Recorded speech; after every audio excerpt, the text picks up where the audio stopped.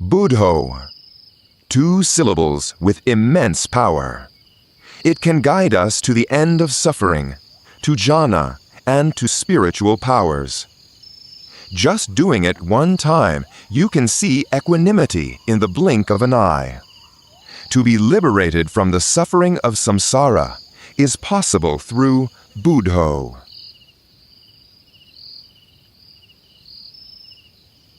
Welcome to the Abandoned Forest Temple, a quiet space where the timeless teachings of the masters of the Thai forest tradition are shared with the world in English and Spanish. In this special episode, we present the meditation method of Luang Pu Sao Kantasilo, the Grand Master of the forest tradition, who was both the teacher and spiritual companion of Luang Pu Mun, as recounted by his disciple Ajahn Puttanio. Note: to provide the most complete guide, this audio combines Ajahn Puth's original sermon with detailed instructions from his written records, Thanio Theravada. We have woven them together to give you both the spirit and the precise method. Disclaimer: please note that this discourse includes descriptions of meditative visions and unconventional practices, including elements of mental suggestion. These are shared as a record of the Master's specific teaching techniques. We strongly advise listeners to exercise personal discretion and not to attempt these specific practices without the direct guidance of an experienced meditation master. The Abandoned Forest Temple assumes no responsibility for individual experimentation based on these historical accounts. Let us begin.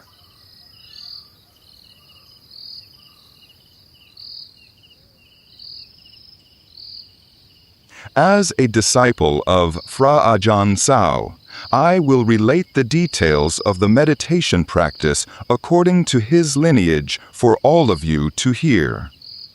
Fra Ajahn Sao was a senior monk who did not study scriptural study, pariyatti Dhamma, extensively. He learned only the duties and observances, vata, that were necessary for direct practice. Fra Ajahn Sao did not take exams. He did not even pass the elementary Dhamma scholar, knock thumb, level because he did not sit for them. However, his understanding of the doctrine and discipline Dhamma Vinaya regarding practice was incredibly refined and detailed.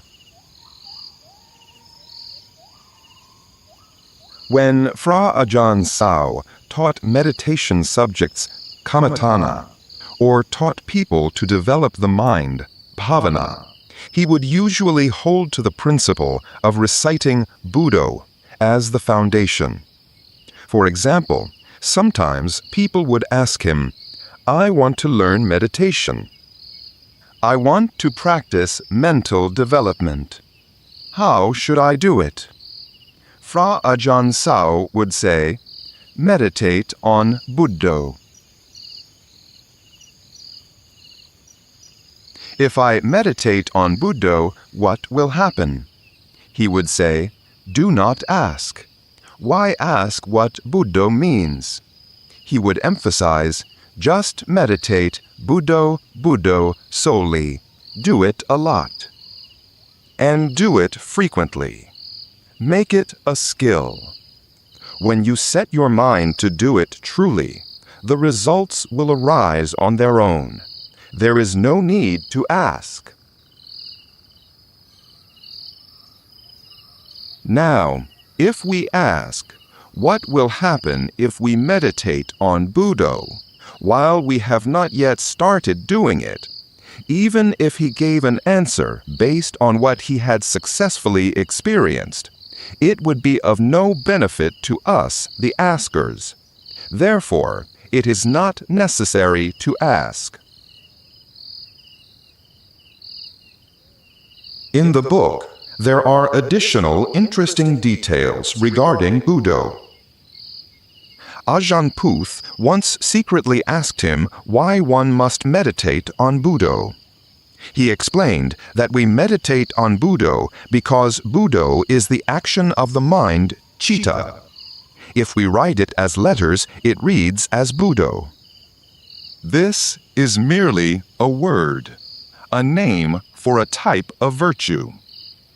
When the mind recites Buddho, it calms down abruptly, still, bright, the knower, the awake, the blossomed. After that, the word Buddho disappears. Why does it disappear? Because the mind has reached Buddho. And the mind has become the Buddha, the knower, Puru, the awake, the blossomed. It is a virtue that transforms the mind into a Buddha, arising within the mind of the meditator. After that, our mind will stop thinking the word Buddho and will simply be still, knowing, awake, blossomed, and radiant. The body is light, the mind is light. The body is calm, the mind is calm. Furthermore, rapture, piti, and happiness arise indescribably. This is the natural Buddha, or Buddho, arising at the mind. Buddho translates as the knower, the awake, the blossomed. It is an action of the mind. It is close to the truth. The reason we must repeat Buddho is that we wish to meet Buddho. While Buddho has not yet arisen in our mind, we must recite Buddho, Buddho, just as if we want to meet a friend. When we do not see him, or he has not yet come to us, we call his name. Now, when he has come to meet us, and we have conversed, it is no longer necessary to call his name. If we persist in calling his name repeatedly, he will think we are rambling and might scold us. In the same manner, when we call Buddho, Buddho into our hearts, and when our mind gives birth to Buddho on its own, becoming the knower, the awake, the blossomed, our mind stops calling on its own. Now, if a feeling inserts itself, thinking, "Oh, I should think of Buddho again," as soon as we think this, our concentration, samadhi, will withdraw immediately. The action of the mind being awake and blossomed will disappear because the concentration has withdrawn. This is the reasoning for meditating on Buddho that Ajahn Puth recorded in the book. Returning to the sermon, Ajahn Puth mentioned precautions to take. Suppose you become a disciple of any master who teaches you to meditate in a specific way. And if you still have hesitation or doubt in the exhortations and teachings of your master, no matter how much you meditate, you will not receive successful results.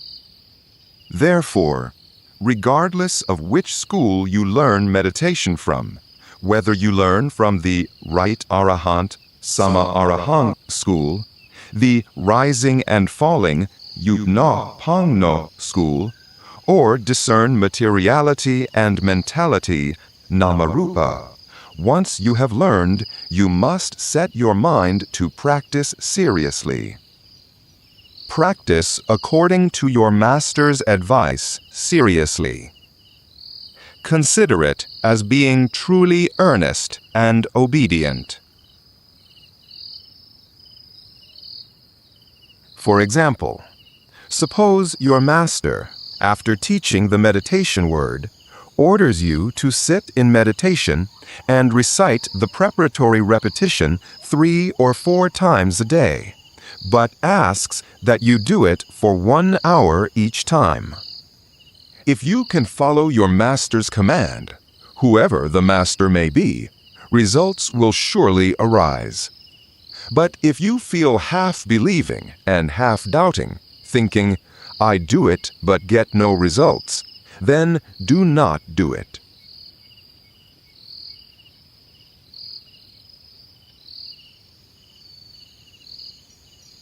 Now, I wish to create understanding for all those interested in mental development. Fra Ajahn Sao taught the preparatory repetition Parikama Bhavana of Buddho. Buddho. Buddho is the preparatory repetition in the 10 recollections, Anusati.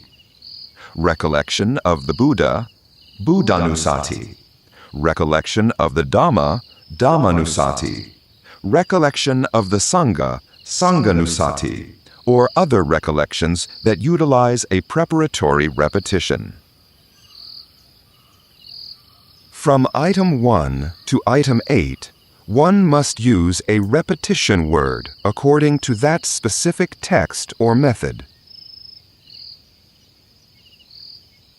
For any meditation that uses a mental preparatory repetition, when performed, the mind will calm down only to the level of access concentration, upacara samadhi. Whoever meditates in whatever way, when thinking a preparatory repetition, the mind will calm down only to access concentration. What is the extent of the meaning of access concentration? It means that after reciting the repetition, the mind enters a state of calm, drifting as if falling asleep. Then, the mind generates a stillness and brightness, but there is still a feeling regarding the body and the breath. This is called the body still appearing in awareness. As soon as this drifting symptom occurs, the preparatory repetition word disappears. For instance, whether reciting Buddho, Buddho, or rising, falling, when the mind calms and drifts into a state where brightness arises, the mind becomes still. Once it snaps into stillness, the preparatory repetition words vanish entirely. Therefore, every type of preparatory repetition calms the mind down only to access concentration, not reaching absorption concentration, appana samadhi.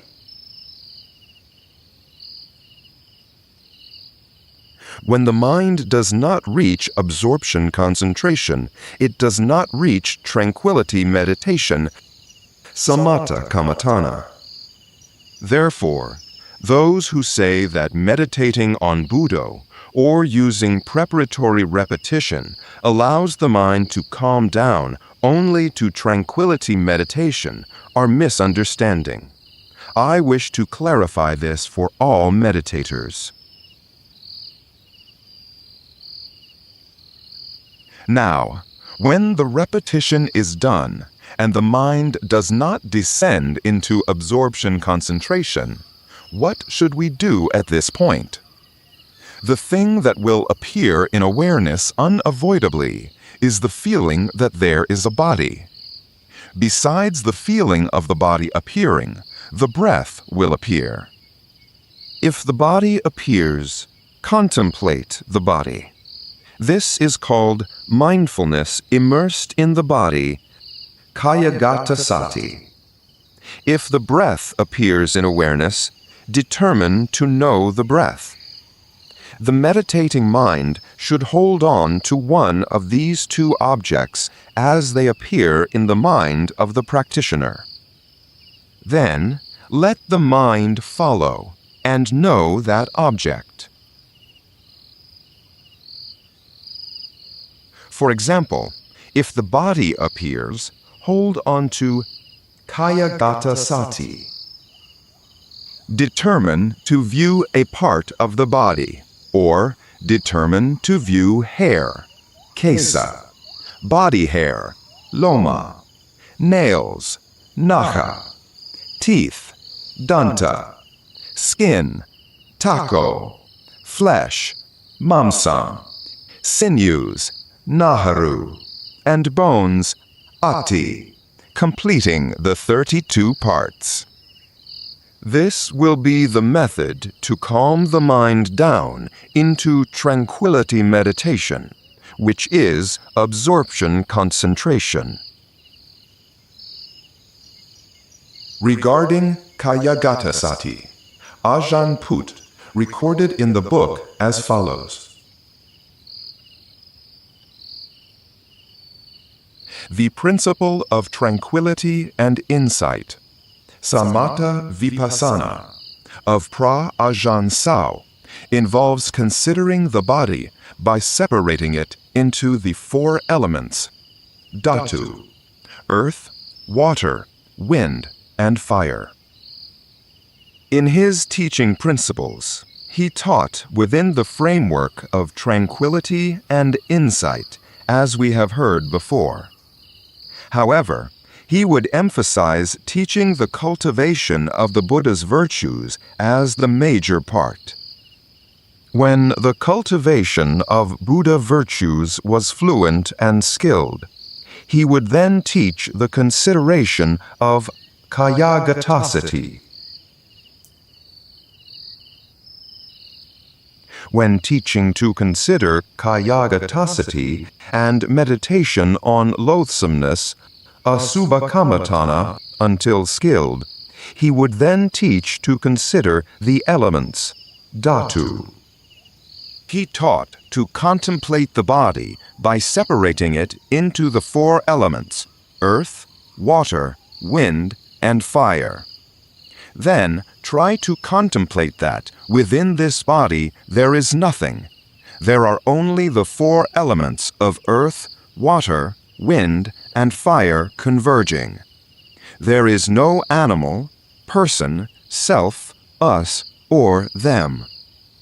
None at all. When trained to consider this fluently, the mind will see that which has no self. It sees that this body is not a self. It is all not self, anatta. There will be no self or being when separated out. There are only the 4 elements of earth, water, wind, and fire. No animal, person, self, us, or them. However, relying on the convergence of the 4 elements, earth, water, wind, fire, rebirth linking consciousness, patisandhicitta, or patisandhivijnana, comes to occupy this form. We thus assume the convention samutipanyati, that it is an animal, a person, a self, or us. This is the teaching guideline of Ajahn SAO, Ajahn Mun, and Ajahn Singh. Whether considering simply Kayagatasati or considering the elements dhatu kamatana, according to academic principles, these are objects of tranquility meditation, samatha kamatana.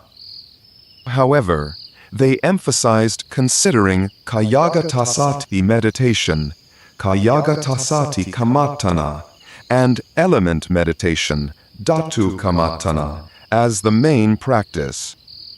The reason they emphasized this is that it enables the mental plane of the practitioner to advance to the plane of insight vipassana quickly. And in another section, it is recorded. Consider kayagata sati by separating hair, body hair, nails, teeth, skin, flesh, sinews, bones, etc. into parts. We will see that in this body it is not a self or a being.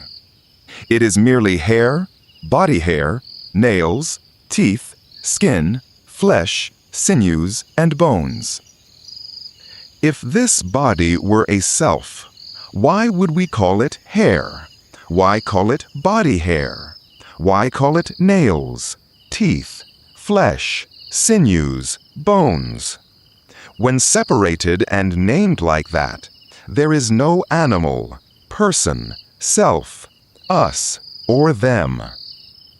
Furthermore, one will see the loathsomeness, asubha, seeing that this body is full of filthy, disgusting, dirty, repulsive things, not worthy of clinging, upadana, as a self, atta.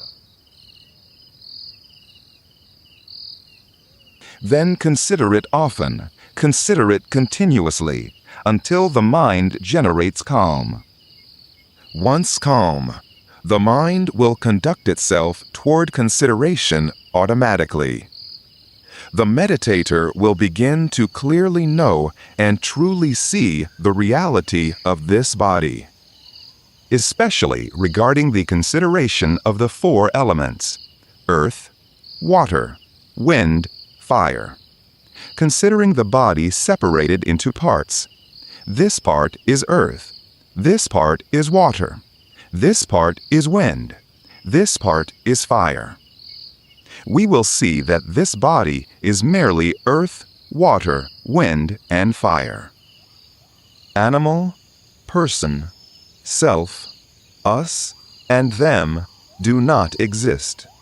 This makes our mind perceive not self, anatta, more quickly.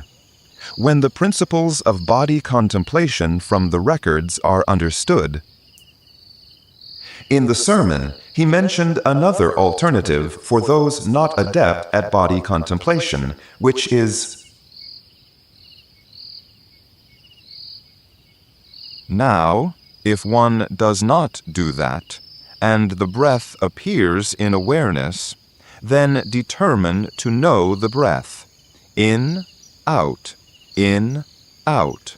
Follow the breath until the breath becomes refined. But if the breath becomes refined, and then the breath disappears, the mind will calm and enter absorption concentration, appana samadhi, without thought or formation. There is only the mind standing still. This is the mind entering samatha. The mind stays within the mind, knowing only specifically within the mind. The thing called knowledge does not appear because, at this stage, the feeling that there is a body does not exist. The feeling that there is breath does not exist. The intention to incline towards thinking of anything at that moment does not exist at all. It is a mental state devoid of capacity in all respects. At best, it merely sustains itself in stillness. If the meditator gets stuck in this phase, their mind will be stuck in absorption concentration. If there is enough capacity to advance slightly, at best it becomes a type of attainment of absorption, jhana samapatti, going to the sphere of infinite space, akasa nanchayatana, sphere of infinite consciousness, Vinyanyan Chayatana, sphere of nothingness, Akinchanyayatana, or sphere of neither perception nor non-perception, Nevasanya Nasanyatana. It walks the line of the Brahman religion. However, Buddhism and Brahmanism rely on each other. If anyone can do it, it is good as well. Do not deny that it is good. But when done, do not get attached. Playing with absorption, jhana, creates various psychic powers, idhiriti. If one is not knowledgeable, it causes attachment. If one attaches to concentration at the level of jhana, the plane of mind and Dhamma will not generate knowledge or walk the step of insight, vipassana. This is a sidetrack. Now, if the mind watches the breath becoming more and more refined, according to scriptural principles, they warn of one thing. When the breath acts as if it is about to disappear completely, think that the breath still exists.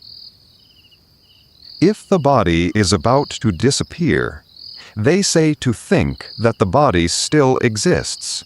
For what purpose? So that our mind is not devoid of an object to know. When the mind enters absorption concentration without anything, having only the internal feeling of the mind as a single point, the mind has no tool of knowing. When the mind has no tool of knowing, the mind has no base of setting. When the mind has no base of setting, it lacks the great foundations of mindfulness, mahasatipatthana. Because only the mahasatipatthana creates the foundation for the mind to have stability in practice. Now, when the mind goes into the mind, the body is gone, the breath is gone, so it has no location. The mind has no location, no object of recollection, no tool of knowing. Even if the mental capacity is to be still, it generates no benefit. Therefore, the teachers instruct to think that even if the body disappears, think that the body exists. Let the mind come to know at the body. The body is the tool of knowing for the mind. It is the object of recollection for mindfulness, sati. When the mind has the body as a tool of knowing, and mindfulness has the body as an object of recollection, recollecting like that, it is the base of setting for mindfulness. When the mind has profound knowledge and sees the truth regarding the body, at that moment, mahasatipatthana arises. This is called having complete mindfulness and clear comprehension, sampayanya. Supplementary content from the book regarding the state of the mind coming to recollect the body is as follows. When the mind follows the breath inside, the mind will go to rest calmly in the midst of the body. Then it radiates out to know the entire body. The mind is capable of seeing various organs within the body, the whole body, because the wind runs into various parts of the body. Wherever the wind runs to, the mind knows to there. From head to foot, from foot to head. From the left arm to the right arm, the right leg to the left leg. When the mind follows the breath in, the mind will know the whole body. At whatever moment the body still appears, the mind is calm, still, knowing broadly within the body. Applied thought, vitakka, and sustained thought, vikara, mean the mind knows the body within the body. Mindfulness also knows simultaneously within the body. In that order, rapture and happiness naturally arise. When rapture and happiness arise, the mind becomes one. The 5 hindrances, nivarana, sensual desire, kamachanda, ill will, vyapada, sloth and torpor, thinamidda, restlessness and worry, uddhacca kukucca, and doubt, vicitticca, disappear. The mind becomes samatha, possessing enough power to subdue the 5 hindrances to tranquility. The meditator will then see the benefit of developing tranquility meditation. This is the detailed mental state in the record. And in the sermon, he spoke of the drifting mind.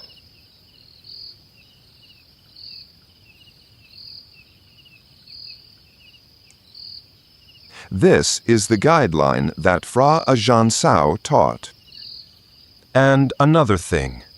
In the beginning, I spoke about access concentration, upakara samadhi. When the practitioner's mind has symptoms of calming and drifting, and then brightness arises, this point is very important. Because in preparatory repetition, if the mind is calm and has drifting symptoms, and brightness arises, the brightness at this stage will feel like light rushing out through the eyes. Exiting the eyes, the brightness heads straight forward. While the mind calms down to the level of access concentration, mostly it will have the characteristic of being half asleep, half awake. Having mindfulness sometimes, lacking mindfulness sometimes forgetful, and there is brightness as a sign. This brightness has a feeling of sending a current out from the eyes. Now, wherever the brightness sends its current, the mind rushes after that light.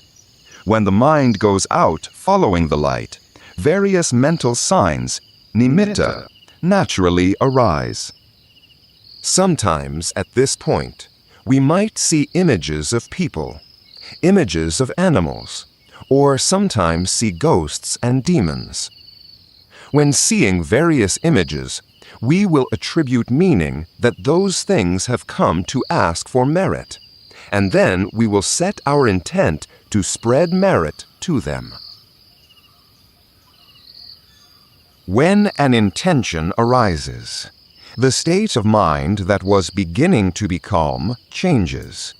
It changes from being in concentration, samadhi, from calm, to being uncalm. That is, concentration withdraws. When concentration withdraws, the images in the various visions disappear entirely. Even though we think of spreading merit to them, it resembles as if they are afraid of our merit. They refuse to accept it and disappear. But in reality, the various vision images that we see are not any specific thing coming to show itself to us. It is our own mind fabricating them itself. Why must it cook them up like that? It is because we meditate and we want to see. And mostly, the masters who teach meditation teach disciples to sit in meditation, and when finished, they often ask, "What did you see?" Now, the phrase, "What did you see?" gets buried in the subconscious. When meditating, everyone feels they must see. If one meditates and does not see, it implies the meditation was not good. Therefore, when we have this clinging, upadana, of wanting to know and wanting to see, when the mind calms down, the perception, Sanya, from the past, of wanting to know and see, pops up automatically. Then it displays various vision images for us to see. This is an experience that will occur within the mind of the meditator. Now, if the meditator sees the vision and realizes it suddenly, and the concentration withdraws and the vision image disappears, then let it be. But suppose when seeing a vision image, such as seeing a deva, angel, the mind gets attached to the deva. Seeing the beauty of the deva, one feels that normally devas must live in heaven. When thinking that devas live in heaven, we want to go see the deva in heaven too. So, we tag along after that deva, depending on where the deva leads. If concentration withdraws, then let it be. But if concentration does not withdraw, one gets attached to the vision image of that deva and follows behind the deva. Finally, the meditator will feel as if walking behind the deva. Wherever the deva leads, we follow. If our mind thinks we are going to see heaven, the vision image of heaven will arise. It becomes a story of touring heaven. If thinking of hell, the image of hell will arise, and it becomes a tour of hell. These things are all diversionary paths for the practitioner of mental development. Therefore, the teachers advise and teach that while we are practicing meditation, we should determine to know down at the mind. Whatever vision images arise, do not assume that they are real. They are merely deceptive mental signs. The method to cure the delusion of visions recorded by Ajahn Puth in the book is summarized as follows. When Ajahn Puth went to relate his meditation to Fra Ajahn SAO, if anything was correct, he would say, "Speed it up, speed it up, speed it up," and would not explain. But if it was incorrect, for example, if someone practiced meditation, and it was like, when the mind was bright and knew a vision, they inclined to bring the vision in. When the vision came to the body and heart, it felt suffocating, like the heart was being squeezed, and the bright concentration went dark completely. He would say, "Do not do that. It is not correct." When a vision arises, if one tells any master, and they advise to incline and bring that vision towards oneself, that is teaching incorrectly.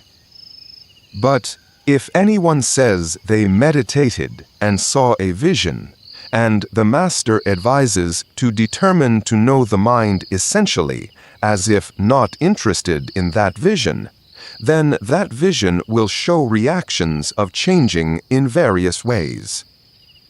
When we have good mindfulness and clear comprehension and stable concentration, we will rely on the change of the mental image, manobhava, of that nimitta as a reminder to our heart to know that all things are impermanent, anicca, suffering, dukkha, and not self, anatta.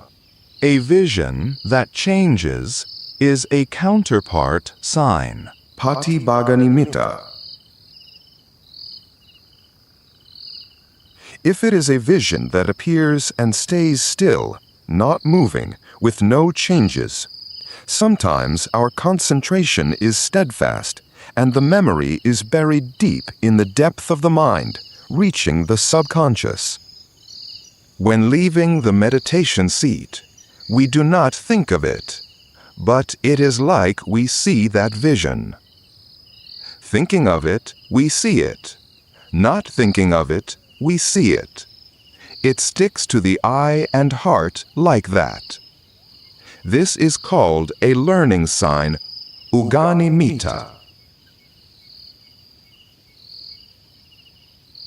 Simply put, if our mind gazes at a still image, it is a Equanimity. If the mind focuses on knowing the change of that vision, it is a Patibhaganimita.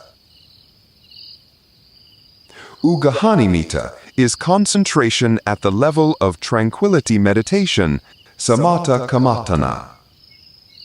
But Patibhaganimita is concentration at the level of insight, vipassana, because the mind determines to know the change. If anyone meditates and gets a vision like this and tells Fra Ajahn SAO, he would say, "Hey, that is good. Speed it up, speed it up." But if anyone says that when seeing the vision, I inclined it into my mind and heart, but why is it that when the vision reached the mind and heart, the mind that was bright, clear, knowing, awake, and blossomed went pitch dark, and it was like the heart was squeezed? After that, my mind was not itself. It was as if the power of the thing that entered covered everything. If told like this, he would say, "Doing that is incorrect. When seeing a vision, determine to know simply. Do not incline it in. If the vision is inclined into the body, it will turn into spirit mediumship. This is a secret key in practice." This is the method to cure getting lost in visions as recorded. But in actual practice, he warned that most people tend to get lost in another way, as he preached. But for those who have reasonable mindfulness and wisdom, panya, they can incline those visions to be an object of knowledge for the mind, an object of consideration, an object of recollection for mindfulness. They can generate mindfulness, concentration, and wisdom. They can have stability and intelligence in practice as well. But mostly, people tend to get lost in various visions as mentioned, signifying them as real. And furthermore, sometimes they might think that the various vision images seen are karmic creditors coming to collect debts or something similar, which is truly unfortunate misunderstanding. Therefore, practitioners, please have mindfulness and clear comprehension, sampajanya. Be careful regarding various vision images. I confirm that those various vision images are not real things. They are mental images, manobhava, that we create ourselves. Did we intend to create them? We did not intend to create them, but we have clinging, upadana, wanting to know, wanting to see. When the mind calms down to the level of access concentration, upakara samadhi, and our mind is in a state of half asleep, half awake, sometimes having complete mindfulness and clear comprehension, sometimes lacking mindfulness. In the period we lack mindfulness, vision images will arise. And those vision images are not real. Why confirm they are not real? Sometimes in the textbooks they confirm they are real. So why does this monk confirm they are not real? I dare to deny they are real because at one time I considered death within my own self. I wanted to know what death is. We are born. Eventually, we must die anyway. We should know what death is before actually dying. So, I contemplated determining to view death. When death appeared in the manner that the mind exited the body and went to float in a separate part, about 2 meters away from the body. Then the mind sent a current down to inspect the body. The body, lying stretched out, slowly became bloated, rotten, decayed, and crumbled according to its stages. Finally, it disintegrated until nothing was left. There remained only emptiness. Then that emptiness came back to be again. It became bones, a skeleton, flesh, skin, a form, a perfect body returning again. Then it disintegrated again, back and forth like that. Now, the thing that is the mark of death, making us know death, is the body, because the body lay stretched out motionless. And the thing that knew this body was rotting, decaying, and disintegrating. But when the mind exited that state, it came back to be a body, a self as before. And the body that was seen disintegrating was still there as before. It had not disintegrated at all. Therefore, it can be confirmed that the visions appearing to the meditator in this initial stage are visions that our mind cooks up as images itself. It is not something else showing itself to us. Even the body that died, rotted, and decayed is not the body performing the show. But this mind, the conditioner, sankhara, the cooker, this is what cooked it up to be like that. Why does it cook it up? Because we want to know, want to see, want it to be like that. This is the original clinging, upadana. We set that we want to know and see the truth like this. When we train the mind to be in concentration, having mindfulness and wisdom enough to incline and think of those things to happen with steadfastness, when done skillfully, it naturally can happen as we desire. Why do we create these mental images? To be a skillful means to teach our mind to know the truth. To know that we will really die. Dying, we must really rot. Rotten, we must really disintegrate and vanish. So that the mind feels the realization that death, whether anyone is sad or not sad, whether anyone likes it or dislikes it, whether anyone is pleased or not pleased, when the time comes that it must happen, it must go according to its natural law. The Buddha taught to consider death with the purpose that everyone accepts the reality that we must truly die. The reason we fear death, fear pain, fear old age, death, and so on, we fear because we do not yet profoundly know and see the truth. When we do not profoundly know and see the truth, we do not accept the reality. When we do not accept the reality, we keep denying the truth. As long as we deny the truth, we are suffering dukkha endlessly. Therefore, in Dhamma practice, we have objectives. First, for the mind to be calm as concentration, samadhi.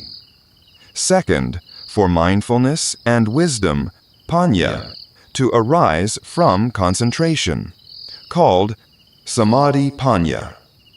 Samadhi panya is the wisdom arising from the mind calm in concentration. It can inspire the mind to generate knowledge, planes of mind and planes of Dhamma sequentially. It depends on how much capacity the practitioner can make happen.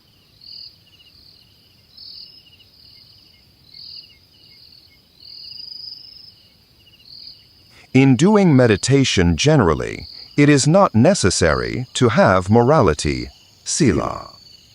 But the concentration of one without morality does not lead to enlightenment of the path, fruit, and nirvana, magga, phala, nibbana. For example, the concentration of an occultist Sayasastra. He might recite his incantations and be able to release a nail, buffalo skin, a tooth, or something like that, making people sick or dead. Here, Ajahn Put is referring to specific rituals in Thai black magic beliefs. This is the power of concentration. If there is no concentration, how can a large sheet of buffalo skin be covered down to be tiny? How can a nail, which has no mind or consciousness, be released into a person's stomach if there is no concentration?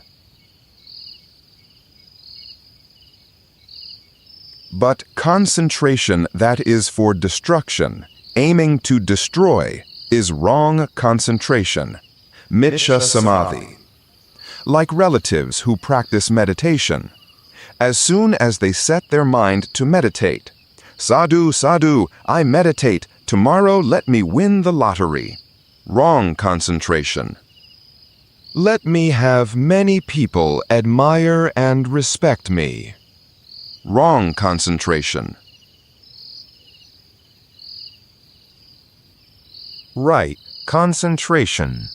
Sama samadhi aims for the mind to be calm and stable, to know true and see true within one's own mind and heart. At least to know how our heart and mind are. Is it greedy, angry, deluded, or whatever? Read oneself clearly. This is the point we want to know. Knowing external things, no matter how much one knows, mountains of knowledge, does not generate benefit for the knower. The more one knows, the more difficult and long it becomes. Fra Ajahn Sao and Fra Ajahn Mun tested this. In knowledge they use to practice. For example, suppose one attains good concentration and generates various psychic powers, making amulets that are magical, able to know even the minds of people, and sometimes able to think and meditate at the mindfulness, and wish for someone to be this way or that way. But in the end, the more skilled one became, the bigger the defilements, kilesa, grew. They thus saw it was not the right path. Those who practice well, supatipanno. Those who practice straightly, ujjupatipanno. Those who practice for right knowledge, nyayapatipanno. And those who practice properly, sammiccipatipanno. following the path of the Sangha's virtues can truly be called right concentration. Now, when I said that doing meditation does not necessarily require morality, concentration that lacks morality as a guarantee is wrong concentration, miccha samadhi. Those who meditate often become those with distorted perception, sanya vipallasa. Meditators who are very skilled sometimes lose their minds, becoming crazy because their morality is not pure. If one has pure, clean morality, meditate however you like. Wrong view will not arise. Distorted perception does not exist. Because morality alone is the guarantee of the practitioner's purity. Therefore, virtuous people who aim to persevere in the mental way, to truly attain the path and fruit, must be confident, or must set their minds firmly, that we must be those with pure morality according to our level. Because being one with pure morality cuts off the additional fruit of kama. Like yesterday, we might have slapped many mosquitoes, but today we have morality, so we stop killing animals. When we stop killing animals, the fruit of bad deeds, papa, that would arise from killing animals is terminated, starting from the time we undertook the morality. Therefore, morality, besides being the boundary for the acting out of human defilements, is also the guarantee of purity. It is cutting off the additional fruit of bad deeds. We humans can think both good and evil. But when we think good and do good, that is a good result. But if we think evil and do evil too, that is a damaging result. The matter of thinking. We cannot forbid it, because it has been thinking until it became a habit deeply ingrained in our very nature. But when we think, we recall the morality we undertook. Thinking to kill, recall refraining from killing, panatipata. Thinking to steal, recall refraining from taking what is not given, adinādana. Thinking to violate which clause, recall that morality clause. Then we do not do it. It is considered terminating the doing of evil by body and speech. When we do not commit evil by body and speech, the result of kamic result, vipaka, that would increase in quantity, called the bad karma we must follow to receive retribution, naturally ends right there. As for the old stuff, let it exist like that, and we do new good continuously. When the evil we do not do becomes distant for a long time, our mind does not think of it often. It becomes distant from the evil that exists. It is an opportunity for us to do good, do good, do good continuously. Doing good, especially meditation. If anyone cannot understand the various reasons, just do it. Do it as Ajahn SAO said, medicate Buddho. When setting the mind to meditate Buddho seriously, do not fear that the mind will not be calm. Do not fear that insight meditation, vipassana kammatthana, will not arise. Let us have tranquility, Samatha first. Do not fear what we do not yet have. If, suppose, we seek money to be rich, but we fear being a millionaire, when will we ever be one? Now, we meditate for the mind to be calm, but fear we will get attached to samatha, even though our mind has never passed samatha. When will we ever reach samatha concentration? Therefore, do not fear, just do it truly.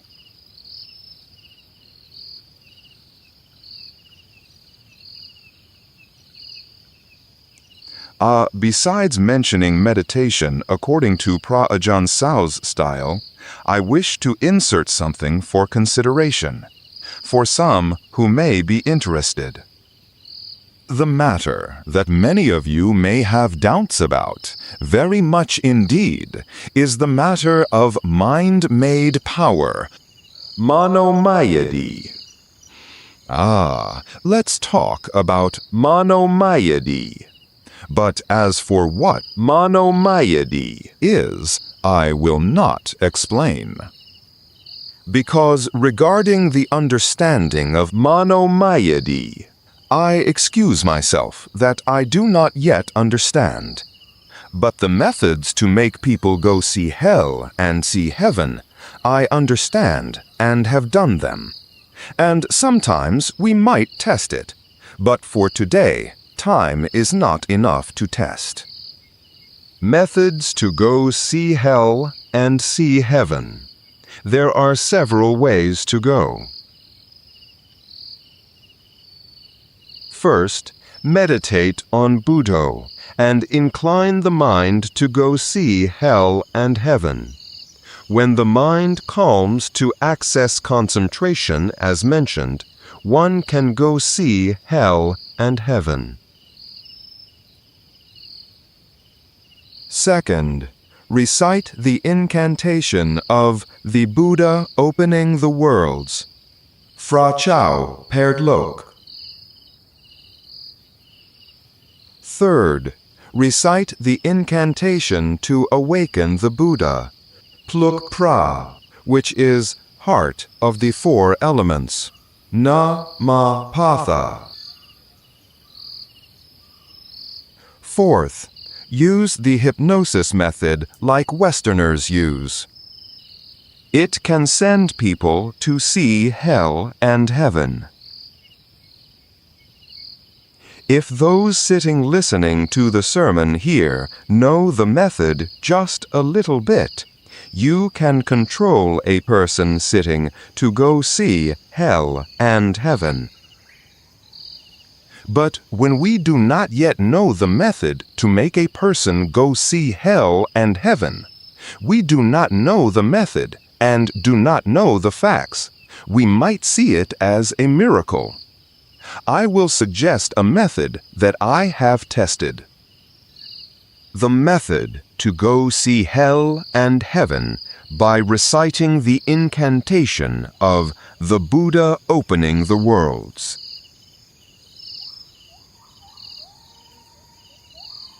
The method initially.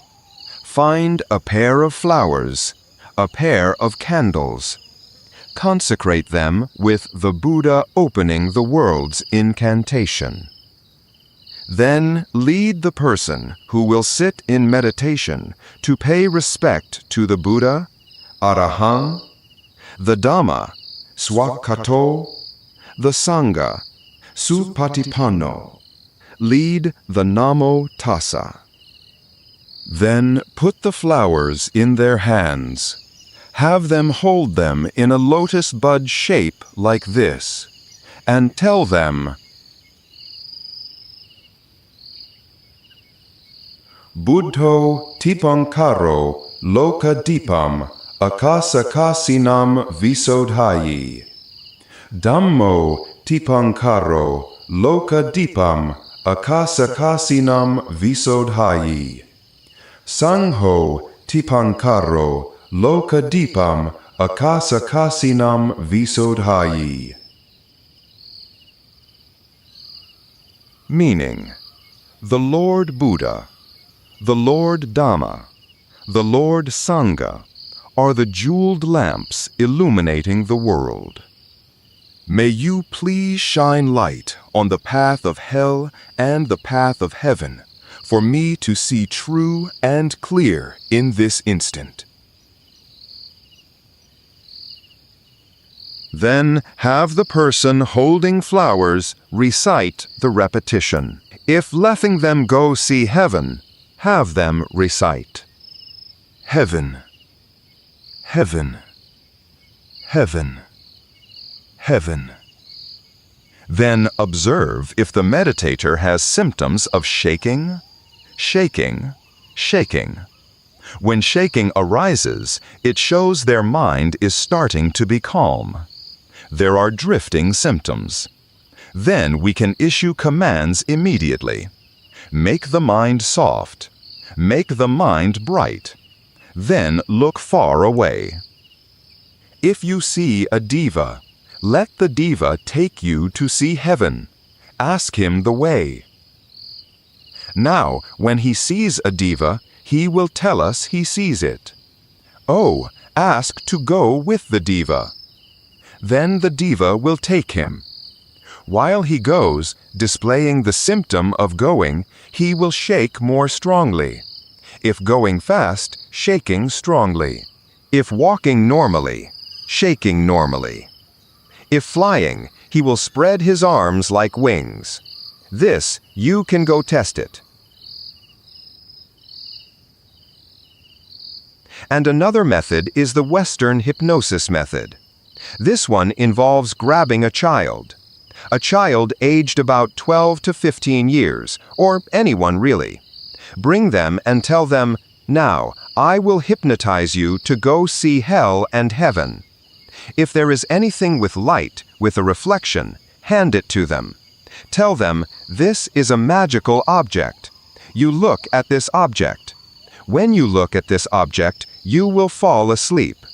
Then tell them to sleep, sleep, sleep, sleep, sleep, sleep, sleep, sleep. Observe their eyes. Eyelids get heavy, get heavy. Then we wave our hand, telling them to sleep. Fall asleep. Once they close their eyes, let them sleep for a while. Then tell them, "Now, I will hypnotize you to go see hell and see heaven. I will consecrate you to be one with power, with influence, able to fly and walk in the air, able to go anywhere, everywhere I order you to go. Hey, you can go see hell. Hell is in that direction. Look far away, and you will see hell. Whatever you see, you can speak to me, tell me." Once they go and see, they will tell us immediately, "Oh, I see it. The hell warden, Yamapala, has a shape like that. Hell beings have shapes like this. The copper cauldron is big, this size, that size." They will tell us immediately. This is the method to go see hell and see heaven. Whether anyone calls it Manomayiddhi or not, I am not interested. But if anyone can do it well, do not blame those who can do it. In the position where we do not yet know clearly and see truly, do not judge whether someone is wrong or right. I am concerned about this. There are still some masters who do this in the present. We must try to consider giving fairness to those who do it. Education, whether worldly or religious. We have auditory education, sotasikha, and visual education, dasanasikha. Preaching that hell is like that, hell beings are like that, heaven is like that, divas have shapes like that. This is auditory education. It is merely hearing and listening. But if anyone can hypnotize a person to go see the face of a diva, to go see the face of a hell being, it is excellent. One gets both auditory education and visual education. When saying get, how does one get it? The person who goes and sees hell beings falling into hell. It is a place of such torture.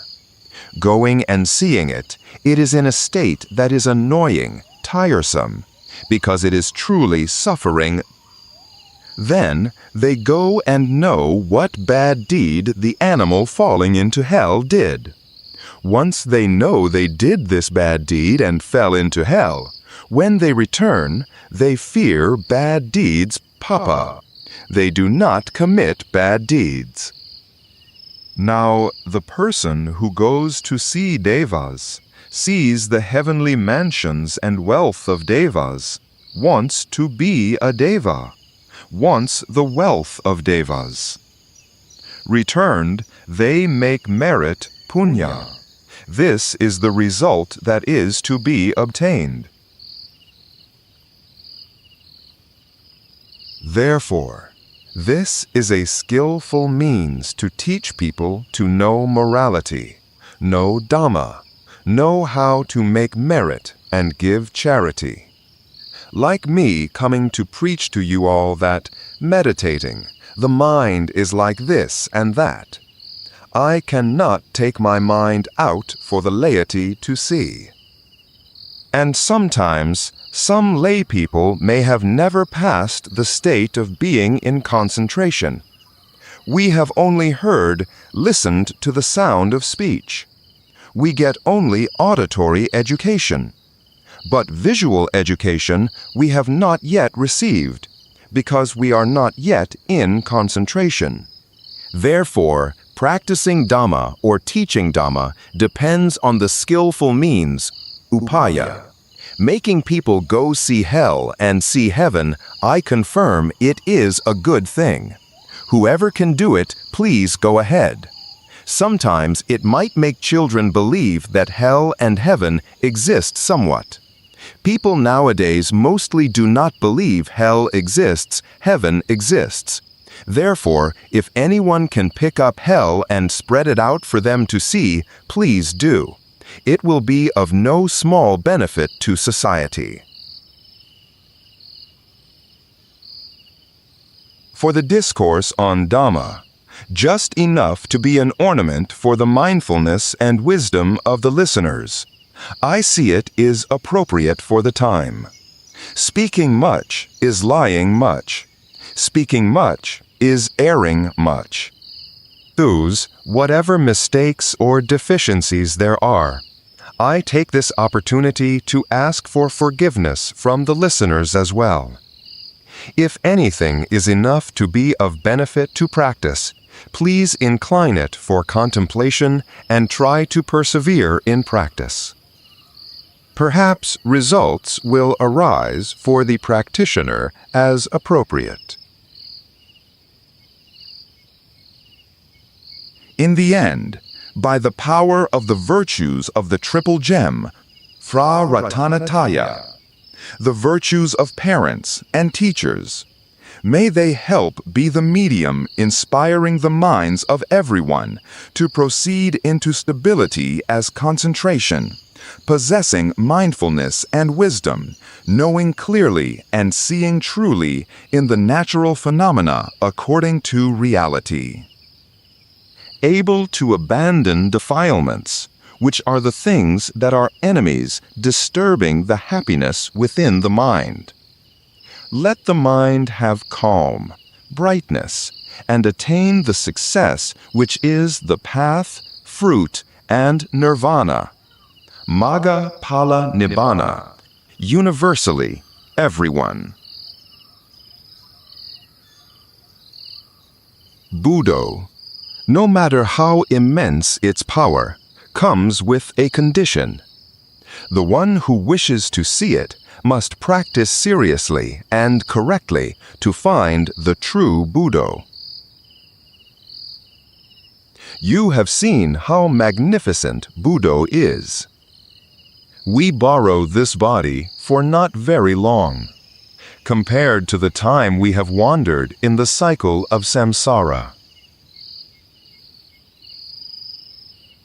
This is the Dhamma legacy of Luang Pu Sao Kantasilo, the Grand Master of the forest tradition, teacher and spiritual companion of Luang Pu Mun.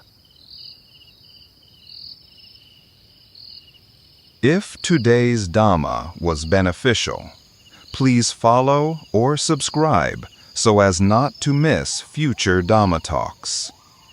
You can also support us further and find links to watch the video version or listen to the audio-only format for your convenience in the description box. May all share in the merit of this wholesome listening. The abandoned forest temple has prepared a brief moment as a space for you to find peace or reflect on the Dhamma or practice. Please find a comfortable posture. Gently close your eyes and mindfully be aware of the breath passing through your nose.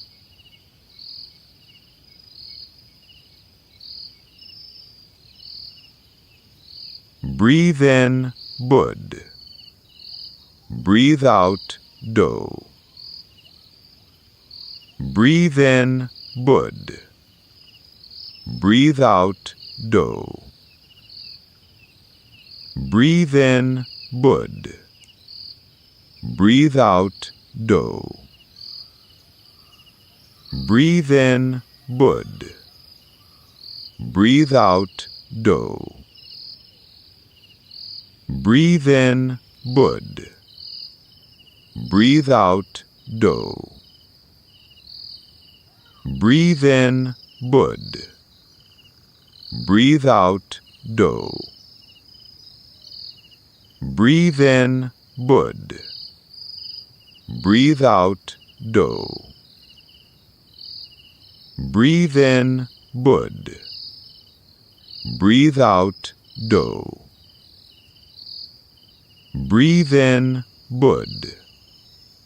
Breathe out, Do. Bud. Do. Bud. Do. Bud. Do. Bud. Do. Bud. Do. Bud. Do. Bud. Do. Bud. Do.